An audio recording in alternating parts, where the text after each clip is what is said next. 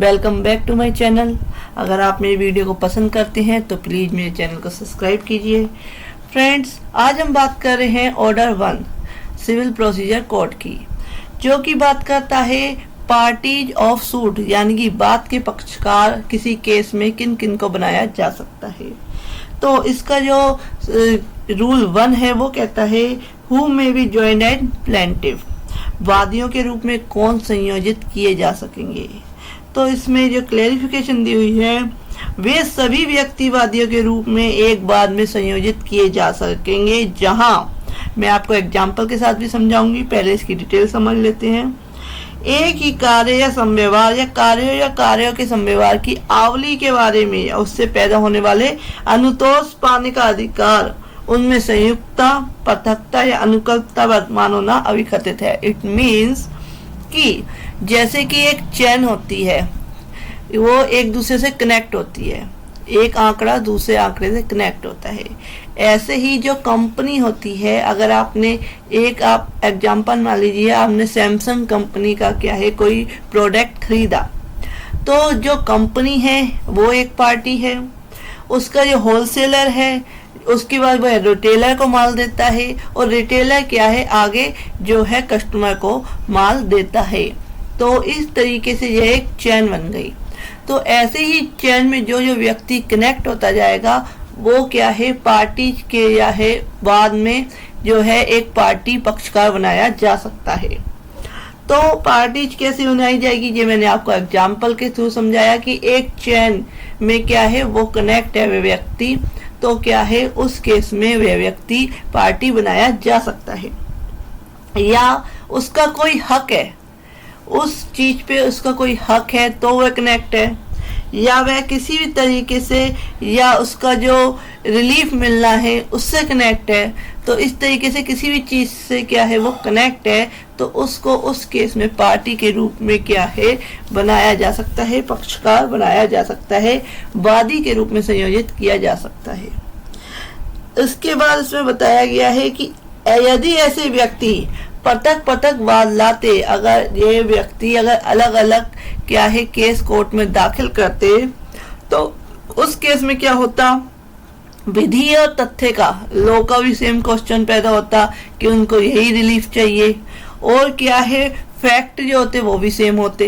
तो उन सबको क्या है एक ही केस में कनेक्ट कर लिया गया, अलग अलग केस, जिससे कि टाइम जो है कोर्ट का वो वेस्ट ना हो। तो सबको क्या है एक ही जगह कनेक्ट करके उस केस में जो भी डिसीजन होगा, जो भी प्रोसेस होने के बाद जो डिसीजन होगा, वो सारा कुछ क्या है उन सभी जो पक्षकार बनाए गए हैं उन पर सेम अप्लाई होगा, या डिफरेंस भी हो सकता है अगर कोर्ट चाहे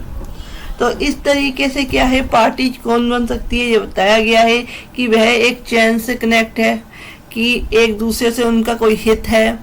या वह किसी तरह का जो अनुतोष है, जो रिलीफ वो मांग रहे हैं उसमें किसी तरह का क्या है उनका कोई हक है, तो वह क्या है पार्टीज के रूप में, वादी के रूप में संयोजित किए जा सकते हैं।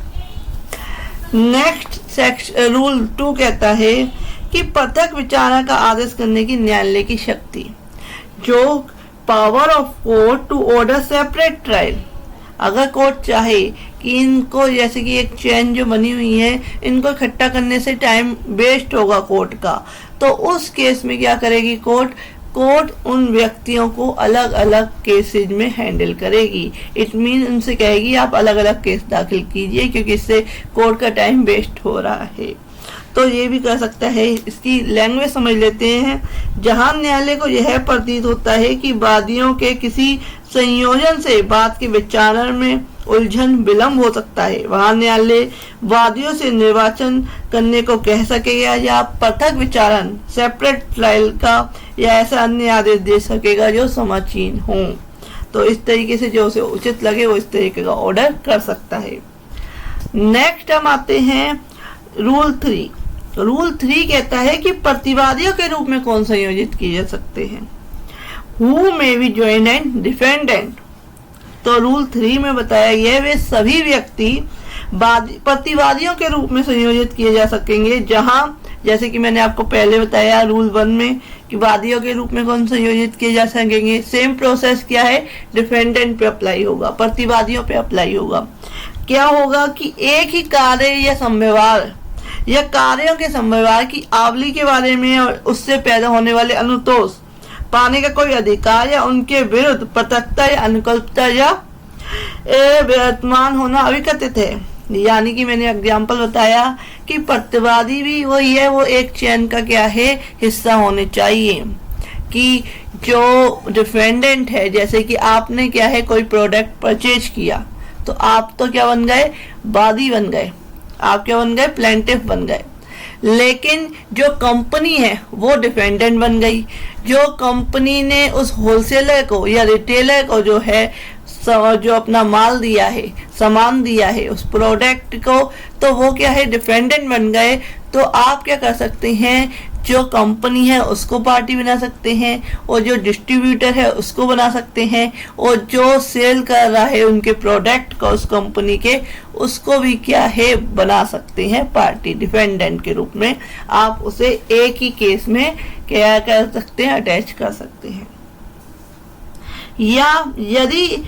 ऐसे व्यक्ति पृथक पृथक वाद लाते, सेम जैसे कि वादियों के रूप में जो था रूल 1 में बताया गया है, सेम रूल 3 में बताया गया है कि यदि वह पृथक पृथक उनके विरुद्ध वाद आता तो विधि और तथ्य का सामान्य पसंद पैदा होता। यानी कि उनके अगेंस्ट जो केस किया गया है, अगर अलग अलग भी कोर्ट में केस किया जाता तो सेम क्वेश्चन अराइज होता, सेम फैक्ट अराइज होते, तो उस केस में उन व्यक्तियों को क्या है, एक ही केस में, जैसे कि टाइम बचे, एक कोर्ट का जो टाइम, वैसे ही केसेस बहुत ज़्यादा होते हैं, तो टाइम बचे तो इसके लिए वो एक ही केस में क्या है, ज्वाइन कर देते हैं उन सारे जो डिफेंडेंट हैं, और उनके अगेंस्ट जो भी ऑर्डर आना है, जो भी जजमेंट आना है, वो उन पे अप्लाई होगा। तो इस तरीके से रूल 3 क्लियर हो गया। नेक्स्ट आते हैं रूल 3A, जहां प्रतिवादियों के संयोजन से उलझन या विचारण में विलंब हो सकता है, वहां पृथक विचारण करने का आदेश करने की शक्ति।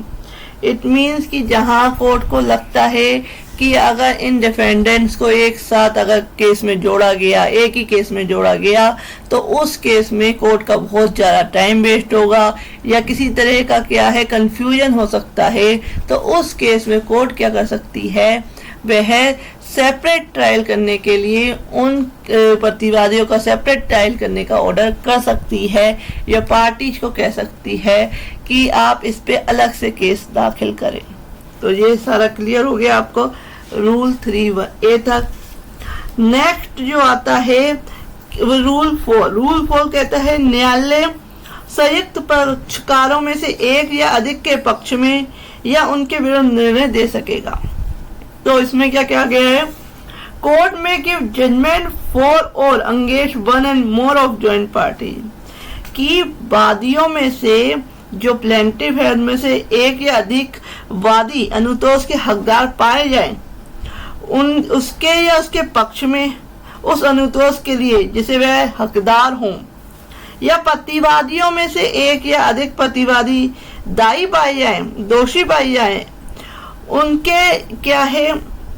विरुद्ध अपने अपने दायित्वों के अनुसार निर्णय के लिए किसी संशोधन के बिना दिया जा सकेगा। इट मीन कि कोर्ट अगर जो चाहती है वो डिसीजन दे सकती है कि एक के पक्ष में तो जो है ज्यादा फेवर में केस रखा और एक को थोड़ा कुछ दिया, जो वो हकदार था, जिस कोर्ट लगता है कि ये ज्यादा हकदार है और ये पार्टी क्या है, कम हकदार है, तो वो इस तरीके का डिवाइडेशन कर सकती है। ऐसा ही सेम कॉन्सेप्ट अप्लाई होगा डिफेंडेंट पे, प्रतिवादियों पे, कि कोई ज़्यादा दायी पाया जाए उसे ज़्यादा सजा यानी ज़्यादा उसे पेमेंट करनी पड़ेगी, और जो कम पाया जाए उसे कम यानी कि पेमेंट यानी कि जो भी उसको जजमेंट होगा उसके अगेंस्ट हो सकता है। तो ये बताया गया है रूल 4 में। रूल 5 कहता है दावा कर संपूर्ण अनुतोष में प्रतिवादियों का हितवत होना आवश्यक नहीं है। Defendant need not be interested in all the relief claim. इसमें बताया गया है कि यह आवश्यक नहीं होगा कि हर प्रतिवादी अपने विरुद्ध किसी बाद में दावा कर संपूर्ण अनुतोष के बारे में हितवत हो। इट मीन्स कि जो व्यक्ति है जो केस किया गया है, तो ये नहीं है कि जो डिफेंडेंट बनाया गया है वो सारा जो उस पर रिलीफ चाहा गया है, जो पार्टी की तरफ से, जो प्लेंटिफ की तरफ से, वो सारे का वो प्रतिवादी हकदार हो सकता है उसके कुछ पार्ट का ही उसके ऊपर जिम्मेदारी हो। तो उस केस में ये इसमें कहा गया है कि जो क्लेम की गई है वो उस क्लेम का जरूरी नहीं कि जो प्रतिवादी है वो सारे प्रतिवादी इक्वल क्या है यानी कि उन पे क्या है क्लेम किया गया है। हो सकता है किसी पे थोड़ा किसी पे ज़्यादा। तो ये क्लियर किया गया है। नेक्स्ट आते हैं रूल 6। रूल 6 कहता है एक ही संविदा के आधार पर दायी पक्षकारों का संयोजन। जो व्यक्ति है joinder of party liable on same contract की वादी किसी भी एक संविदा के आधार पर पृथक या संयुक्त या पृथकता दायी सभी या किन्हीं व्यक्तियों को जिसके अंतर्गत विनिमय पत्र, हुंडियां, वचन पत्र के पक्षकार भी हैं, एक ही बात के पक्षकारों के तौर पर अपने विकल्प के अनुसार संयोजित कर सकेगा। यानी कि जो व्यक्ति है वो एक ही कॉन्ट्रैक्ट से सारे व्यक्ति जो हैं बंधे हुए हैं, तो उनको क्या है पक्षकार एक ही केस में क्या है बनाया जा सकता है। ये बताया गया है चाहे वो हुंडिया पत्र, चेक वगैरह जो है, वचन पत्र है, प्रॉमिसरी नोट है, तो इनसे जो भी है उनको एक ही केस में क्या है पक्षकार के तौर पर रख सकता है। ये बताया गया है रूल 6 में। नेक्स्ट बात करते हैं रूल 7। रूल 7 कहता है जब वादी को संदेह है कि किससे अनुतोष चाहा गया है, तो ये वाला भी बड़ा अच्छा कहते हैं क्वेश्चन है कि जब वादी को यही नहीं पता कि अनुतोष जो रिलीफ मांगा गया है वो किससे मैं मांगू, तो उसे पता ही नहीं है। When plaintiff is doubt from who redressee is to be sought, जहां वादी को इस बारे में संदेह है, डाउट है कि वह कौन व्यक्ति है जिससे प्रतिवादी प्रतितोष जो रिलीफ है वो अभिप्राप्त करने का वह हकदार है, वहां वह 2 या अधिक प्रतिवादियों को इसलिए संयोजित कर सकेगा, यानी कि वो 2 डिफेंडेंट्स को इसलिए संयोजित कर सकेगा, एक पार्टी में पक्षकार बना सकेगा कि सभी पक्षकारों के बीच में इस पर्सन के लिए अवधारणा किया जाए, कोर्ट के द्वारा ये डिसाइड किया जाए कि जो क्लेम चाहा गया है वो किससे में लेना है। तो प्रतिवादियों में कौन और किस विस्तार तक दायी है, यानी कि कौन जो डिफेंडेंट है उससे मैंने रिलीफ लेना है ये मुझे नहीं पता, तो कोर्ट डिसाइड करे कि इन दोनों में से कौन जिम्मेदार है, कौन रिलीफ देगा और कौन कितना जिम्मेदार है। तो ये सारा डिसाइड करने के लिए है रूल 7। नेक्स्ट आते हैं रूल 8। रूल 8 कहता है एक ही हित में सभी व्यक्तियों की ओर से एक व्यक्ति वाद ला सकेगा या प्रतिरक्षा कर सकेगा। इट मीन्स वन पर्सन में sue and defend on behalf of all in same interest। जो व्यक्ति हैं, जो प्रतिवादियों की तरफ से बहुत सारे प्रतिवादी हैं, वादियों की तरफ से जिन्होंने केस दाखिल किया उनकी तरफ से भी बहुत सारे क्या है प्लेंटिफ हैं, तो उस केस में जब यानी कि वादियों की तरफ से प्लेंटिफ की तरफ से क्या है उनमें से क्या है एक जो प्लेंटिफ है, एक वादी जो है जिसने केस दाखिल करा है, वह सबकी तरफ से क्या है कोर्ट में केस हैंडल करेगा, सारा कुछ उसकी प्रोसेस देखेगा। जो डिफेंडेंट है उसमें बहुत सारे डिफेंडेंट हैं, तो उन्होंने क्या करा कि एक व्यक्ति जाएगा और सारे केस को हैंडल कर लेगा, देख लेगा, उसको क्या है देख लिया जाएगा केस को, जिससे कि सारों को एक बार ना जाना पड़े। तो इसमें ये रूल बनाया गया है कि एक ही हिस्से सभी व्यक्तियों की ओर से एक व्यक्ति वाद ला सकेगा और प्रतिरक्षा कर सके, डिफेंड कर सकेगा। जहां एक ही बार में एक ही हित रखने वाले बहुत से व्यक्ति हैं, वहां इस प्रकार हितव्रत सभी व्यक्तियों की ओर से या उनके फायदे के लिए न्यायालय की अनुज्ञा से, कोर्ट की परमिशन से ऐसे व्यक्तियों में से किसी एक या अधिक व्यक्तियों द्वारा वाद लाया जा सकेगा या उनके विरुद्ध वाद करा जा सकेगा, या वे ऐसे बाद में प्रतिरक्षा कर सकेंगे, डिफेंस कर सकेंगे। नेक्स्ट इसका कहता है सबसेक्शन बी, न्यायालय यह निर्देश दे सकता है कि इस प्रकार हितग्रस्त सभी व्यक्तियों की ओर से या उनके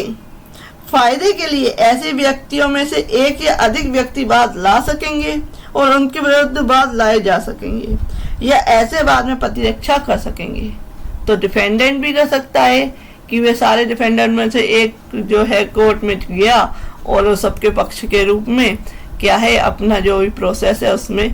क्या है वो उसको देखता है, या वादी है प्लेंटिफ है तो वो भी सारे कहते हैं कि आप ऐसा कर लेते हैं कि कभी कोई चले जाए कभी कोई जाए, एक जो है हैंडल कर ले केस को। नेक्स्ट सब रूल 2 कहता है, रूल 8 का, न्यायालय ऐसे प्रत्येक मामले में जहां उपनियम 1 के अधीन अनुज्ञा या निर्देश दिया गया है, परमिशन दी गई है सब रूल 1 के तहत, इस प्रकार हितग्रस्त सभी व्यक्तियों को या तो व्यक्तिगत तामील कराकर या जहां व्यक्तियों की संख्या या किसी अन्य कारण से ऐसी तामील युक्ति रूप से साध्य नहीं है वहां लोक विज्ञापन के द्वारा जहां जैसा भी न्यायालय हर मामले में निर्दिष्ट करे, ऑर्डर करे, हर मामले में वाद के संस्थित किए जाने की सूचना वादी के खर्चे पर देगा। जो खर्चा देगा वो प्लेंटिफ देगा। तो उसमें क्या है, संबंध की तामील करे, विज्ञापन छपवाए, तो इस तरीके से सूचना की तामील करे। नेक्स्ट क्या कहते हैं, सब रूल 3 कहता है, रूल 8 का, कोई व्यक्ति जिसकी ओर से जिसके फायदे के लिए जो सबसेक्शन 1 है के अधीन कोई वाद संस्थित किया गया है या किसी बात में प्रतीक्षा की गई है, उस बात के पक्षकार बनाए जाने के लिए न्यायालय के आवेदन कर सकता है। तो इस तरीके से आवेदन कर सकता है, एप्लीकेशन दे सकता है। नेक्स्ट आते हैं सब रूल 4, रूल 8 का, आदेश 23 ऑर्डर 23 के रूल 1 के सब रूल 1 के अधीन ऐसे बाद में दावे के किसी वाक का परित्याग नहीं किया जाएगा और उस आदेश के नियम रूल 1 के सब रूल 3 के अधीन ऐसे बात का प्रत्याहार नहीं किया जाएगा और इस आदेश के रूल 3 के अधीन ऐसे बाद में कोई करार, समझौता या त्रुटि अभिलिखित नहीं की जाएगी जहां तक कि न्यायालय ने इस प्रकार हितग्रस्त सभी व्यक्तियों को सब रूल 2 में निर्दिष्ट रीति से सूचना वादी खर्चे पर ना दी हो। तब तक ये सारी प्रोसेस नहीं की जाएगी जब तक इसकी सूचना क्या है, वादी के खर्चे पर जो जिनके अगेंस्ट केस किया गया है उनको ना दे दी गई है। नेक्स्ट आते हैं सब रूल 5, रूल 8 का सब रूल 5 कहता है, जहां ऐसे बाद में वाद लाने वाला या प्रतिरक्षा करने वाला कोई व्यक्ति वाद या प्रतिरक्षा में सम्यक तत्परता से कार्रवाई नहीं करता है, वहां न्यायालय उस वाद में वैसा ही रखने वाले किसी अन्य व्यक्ति को उसके स्थान पर रख सकेगा। यानी कि जो व्यक्ति है, डिफेंडेंट है, उसको डिफेंस करने के लिए इस एक व्यक्ति को चुन लिया गया कि आप सारा डिफेंस करेंगे, इस केस को देखेंगे, लेकिन वे व्यक्ति अच्छी तरह से काम नहीं कर रहा है तो किसी अन्य व्यक्तियों को उसकी जगह क्या है, डिफेंस के लिए, प्रतिरक्षा के लिए रखा जा सकता है। रूल 8 का सब रूल 6 कहता है कि इस नियम के अधीन बाद में पारित डिक्री उन सभी व्यक्तियों पर आवृत्त होगी जिनकी ओर से जिनके फायदे के लिए यथास्थिति वाद संस्थित किया गया है या बाद में प्रत्यक्षा की गई है। यानी कि जो डिक्री पारित की जाएगी वह सब पे क्या है, अप्लाई होगी, चाहे वह उसमें जिन्होंने वाद संस्थित किया है या जो बात कोई प्रत्यक्षा करे, डिफेंस कर रहे हैं, डिफेंडेंट या प्लेंटिफ, दोनों पे अप्लाई होगी। तो इसमें क्लेरिफिकेशन दिया हुआ है, स्पष्टीकरण दिया हुआ है इस बात का अवधारण करने के प्रयोजन के लिए कि वे व्यक्ति जो वाद ला रहे हैं या जिनके विरुद्ध वाद लाया जा रहा है या ऐसे व्यक्ति बाद में प्रतिरक्षा कर रहे हैं किसी एक वाद में वैसा हित रखते हैं या नहीं, यह साबित करना आवश्यक नहीं है कि ऐसे व्यक्तियों का वही वाद हेतुक है जो उन व्यक्तियों का है जिनकी ओर से जिनके फायदे के लिए जबरदस्ती वे वाद ला रहे हैं या उनके विरुद्ध वाद लाया जा रहा है या वे ऐसे वाद में प्रतिरक्षा कर रहे हैं। तो ये साबित करने का क्या है, आवश्यक नहीं है। नेक्स्ट आते हैं सब रूल 8, रूल 8A जो कि बात करता है, पहला रूल 8 जो है क्लियर हो चुका, इसमें सब रूल 6 थे। अब नेक्स्ट आ रहा है रूल 8A। रूल 8A कहता है कि न्यायालय की कार्रवाई में राय देने और भाग लेने के लिए किसी व्यक्ति या व्यक्तियों के निकाय को अनुज्ञात करने की शक्ति। Power of court to permit an person or body of person to present opinion and to take part in the proceedings. तो ये क्या कहता है? ये कहता है कि यदि बात का विचारणा करते समय न्यायालय का यह समाधान हो जाता है कि किसी व्यक्ति या व्यक्तियों का निकाय किसी ऐसे विधि के पर्सन में हितवृत है, कि कोई कुछ व्यक्ति ऐसे हैं जो इस केस में क्या है, हितवृत है, हकदार है, तो वह विधि के पर्सन के लिए, लॉ के क्वेश्चन के लिए, तो जो किसी बात में प्रत्येक के साथ विवादक है, जो इशू है उसमें उनका हित है, और ऐसे व्यक्ति या व्यक्तियों के निकाय को, उन व्यक्ति या जो व्यक्ति, बहुत सारे व्यक्ति हैं, तो उस विधि के पर्सन पर अपनी राय देने के लिए अनुज्ञात करना लोकहित में आवश्यक है। तो अपनी राय वह उस केस में दे सकते हैं, और जो वह ऐसे व्यक्ति या व्यक्ति के निकाय को ऐसी राय देने के लिए या बात की कार्रवाइयों में ऐसे भाग लेने के लिए अनुज्ञात कर सकेगा जो न्यायालय को विनिर्दिष्ट करे। तो इस तरीके से भाग लेने के लिए उस केस में क्या है, ऑर्डर कर सकती है कोर्ट, जो न्यायालय को ठीक समझे। नेक्स्ट आते हैं रूल 9। रूल 9 कहता है कि कोई संयोजक और अनसंयोजक, यानी कि मिस जॉइंडर और नॉन जॉइंडर,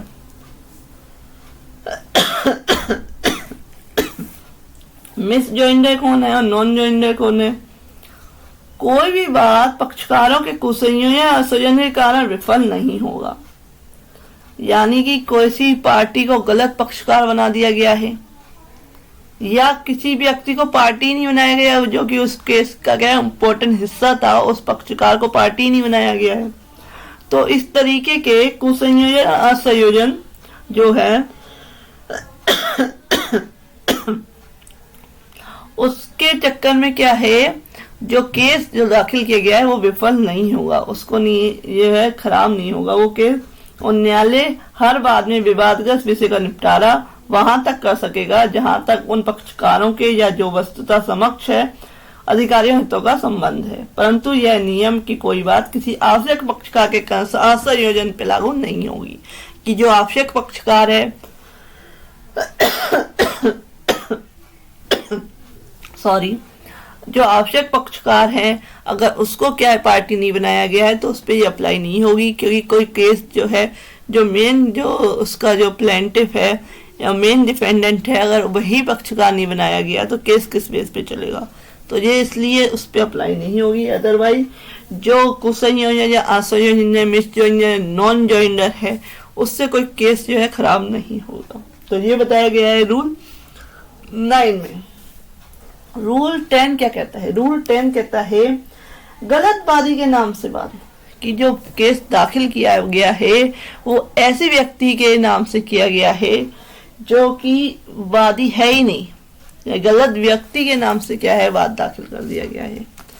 तो उस केस में suit in the name of wrong plaintiff. तो उस केस में क्या होगा, ये बताया गया कि जहां कोई बात वादी के रूप में गलत व्यक्ति के नाम से संस्थित किया गया है, कोर्ट में दाखिल किया गया है, या जहां यह संदेहपूर्ण है और कि क्या वह सही वादी के नाम से संस्थित किया गया है, ये कंफ्यूजन है कि जो केस दाखिल किया गया है वो वादी का नाम सही है, वहां यदि बात के किसी भी प्रकरण में न्यायालय का यह समाधान हो जाता है कि बात सद्भाविक भूल से संस्थित किया गया है, कि गलती से, मिस्टेक से बात जो नाम है वो गलत लिख दिया गया है, और विवाद में के वास्तविक विषय के अवधारणा के लिए ऐसा करना आवश्यक है, तो वह ऐसे निबंधों, ऐसी शर्तों के साथ जो कोर्ट है, जो वह न्याय संगत समझे, जो सही समझे कोर्ट, बात के किसी भी प्रकरण में, किसी भी स्टेट पे, केस के किसी भी स्टेज पे जो केस की प्रोसीडिंग्स चल रही हैं, किसी व्यक्ति को वादी के रूप में स्थापित किए जाने या जोड़े जाने का आदेश दे सकेगा, यानी कि उस केस में जो वादी का गलत नाम है उसे सही करने के लिए, या उसमें उस जो प्लेंटिफ है उसको जोड़ने के लिए एक ऑर्डर कर सकता है। सब रूल 2 कहता है रूल 10 का कि न्यायालय पक्षकार का नाम काट सकेगा और जोड़ सकेगा। कोर्ट में strike out and add parties. न्यायालय कार्रवाइयों के किसी भी प्रक्रम में या किसी भी स्टेज पे, केस की किसी भी प्रोसीडिंग्स में किसी भी स्टेज पे, या तो दोनों पक्षकारों में से किसी के आवेदन पर, या कोई पक्षकार जो है आवेदन करता है उस पर, या उसके बिना ऐसे निबंधों पर जो न्यायालय को न्यायसंगत प्रतीत है, उन शर्तों के साथ जो न्यायालय को सही समझे, यह आदेश दे सकेगा कि वादी के रूप में और प्रतिवादियों के रूप में अनुचित तौर पर संयोजित किसी भी पक्ष का नाम काट सकेगा, कि जो पार्टी है उस केस में उनका कोई ना कोई हक है, ना कोई भी किसी चैन से जुड़े हुए हैं, उन्हें भी फालतू में क्या है पार्टी बनाया गया है, पक्षकार बनाया गया है, तो वो हटा सकता है, का नाम को काट सकता है उस पक्षकार का, या जोड़ सकता है, या किसी व्यक्ति का नाम जिसे वादी प्रतिवादी के रूप में ऐसे संयोजित किया जाना चाहिए था कि वह ऐड ऑन कर सकता है कि जो प्रतिवादी है या वादी है जो जरूरी पक्षकार था तो उसका नाम जोड़ सकता है, और न्यायालय के सामने जिसकी उपस्थिति बाद में अंतरित सभी प्रश्नों का प्रभावी तौर पर या पूरी तरह न्याय निपटारा करने के लिए न्यायालय को समर्थ बनाने की दृष्टि आवश्यक हो, जोड़ दिया जाएगा। तो अगर कोर्ट को लगता है जोड़ना चाहिए तो वह जोड़ सकता है। नेक्स्ट आते हैं रूल 10 का सब रूल 3। सब रूल 3 कहता है कोई व्यक्ति वाद मित्र के बिना वाद लाने वाले वादी के रूप में या उस वादी के किसी नियोक्ता के अधीन है वाद मित्र के रूप में उसकी सहमति के बिना नहीं जोड़ा जाएगा। तो वाद मित्र के रूप में जो सहमति है उस पक्ष व्यक्ति की, उसके बिना नहीं जोड़ा जाएगा। नेक्स्ट आता है सब रूल 4 कहता है कि जहां प्रतिवादी जोड़ा जाए वह वाद पत्र का संशोधन किया जाएगा। जहां डिफेंडेंट जोड़ा जाता है, किसी केस में एड ऑन किया जाता है, तो उस केस में जहां कोई प्रतिवादी जोड़ा गया है वहां जब तक न्यायालय अन्यथा निर्दिष्ट न करे वाद पत्र का इस प्रकार संशोधन किया जाएगा, उसको इस तरीके से अमेंडमेंट किया जाएगा जैसा आवश्यक हो, और संबंध की या वाद पत्र की संशोधित प्रतियों की तामील नए प्रतिवादी पर यदि न्यायालय ठीक समझे मूल प्रतिवादियों पर की जाएगी, यानी इन सब की क्या है तामील द्वारा की जाएगी। नेक्स्ट आते हैं कि इंडियन लिमिटेशन एक्ट 1877 के उपबंधों के अधीन रहते हुए प्रतिवादी के रूप में जोड़े गए किसी भी व्यक्ति के विरुद्ध कार्रवाई संबंध की तामील पर ही प्रारंभ की जाएगी। तो यह है संबंध की तामील होने के बाद ही क्या है जो प्रोसीडिंग्स है वो कंटिन्यू रहेगी। नेक्स्ट हम आते हैं रूल 10A। रूल 10A क्या कहता है ऑर्डर 1 का, न्यायालय को उसको संबोधित करने के लिए किसी प्लीडर से अनुरोध करने की शक्ति। Power of court to request any pleader to address it. यदि किसी वाद या कार्रवाई में विवादक विषय पर न्यायालय का निश्चय का कोई किसी हित पर प्रभाव पड़ना संभव है, कोर्ट को लगता है कि किसी केस में जो है कोई एडवोकेट ही नहीं है और क्या है उस केस में व्यक्ति वह खुद ही कार्रवाई कर रहा है, तो कोर्ट को लगता है कि इससे जो प्रोसीडिंग्स है वो खराब हो सकती है, केस खराब हो सकता है। तो कोर्ट क्या कर सकती है, जो पार्टी है उसको कह सकती है कि आप एक एडवोकेट अपॉइंट कीजिए और वह आपका पक्ष रखेगा, कि उस पक्षकार को जैसा वह हित रखता है जिसका इस प्रकार प्रभावित होना संभव है किसी प्लीडर द्वारा प्रतिनिधित्व किया जाए, जो न्यायालय स्वेच्छानुसार प्लीडर से यह अनुरोध कर सकेगा कि वह ऐसे हित के लिए बारे में उसे संबोधित करे। तो इस तरीके से ऑर्डर कर सकती है कोर्ट। नेक्स्ट आते हैं कि बात का संचालन, कंडक्ट ऑफ सूट क्या होगा। न्यायालय किसी बात का संचालन ऐसे व्यक्ति को सौंप सकेगा जिसे वह ठीक समझे। तो इसमें कुछ ज्यादा क्लियरिफाई नहीं किया गया है, सिंपल लिखा गया है कि न्यायालय किसी बात का संचालन जो है प्रोसीडिंग्स जो है वह या कंडक्ट जो है वह ऐसे व्यक्ति को सौंप सकेगा जो वह ठीक समझे। नेक्स्ट आते हैं रूल 12। रूल 12 कहता है कई वादियों और प्रतिवादियों में से एक का अन्य के लिए उपसंजात होना।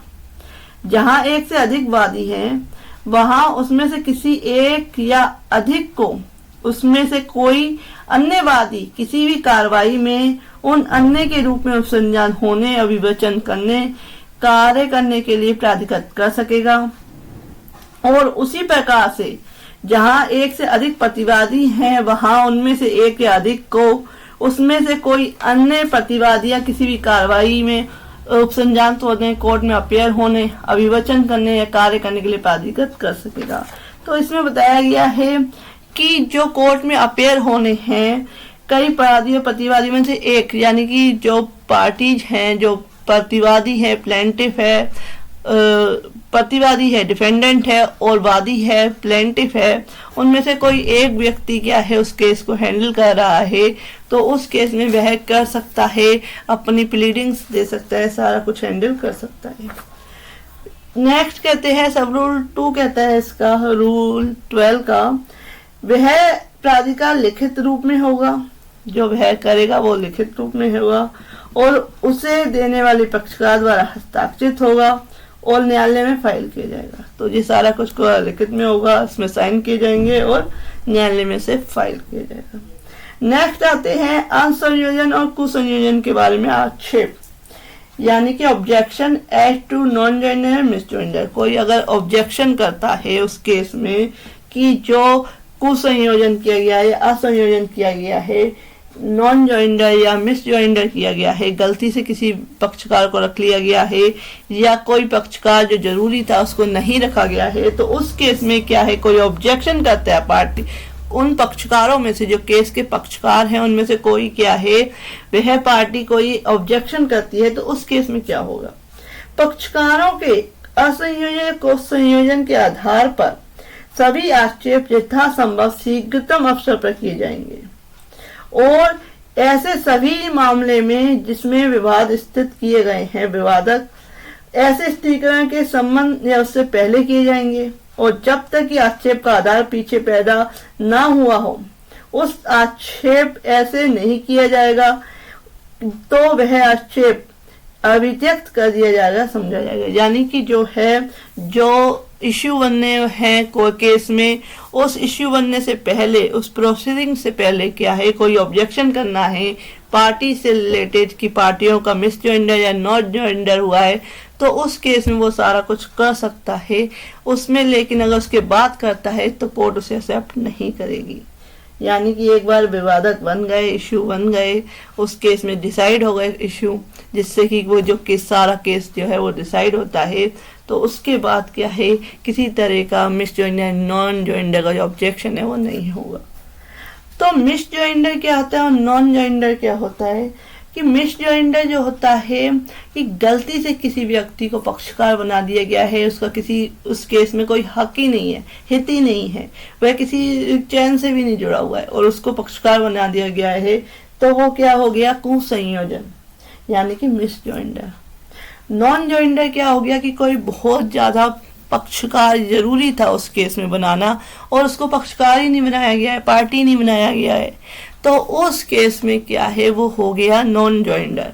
तो ये आपको क्लियरफाई हो गया होगा कि मिस जॉइंडर क्या होता है और नॉन जॉइंडर क्या होता है। तो फ्रेंड्स, अगर आपको मेरी ये वीडियो पसंद आए, आप अपने फ्रेंड के साथ शेयर कर सकते हैं, जो आपके लो ग्रुप्स हैं उसमें शेयर कर सकते हैं। अगर आपको अच्छी लगती है आप कमेंट कर सकते हैं। तो if you like my video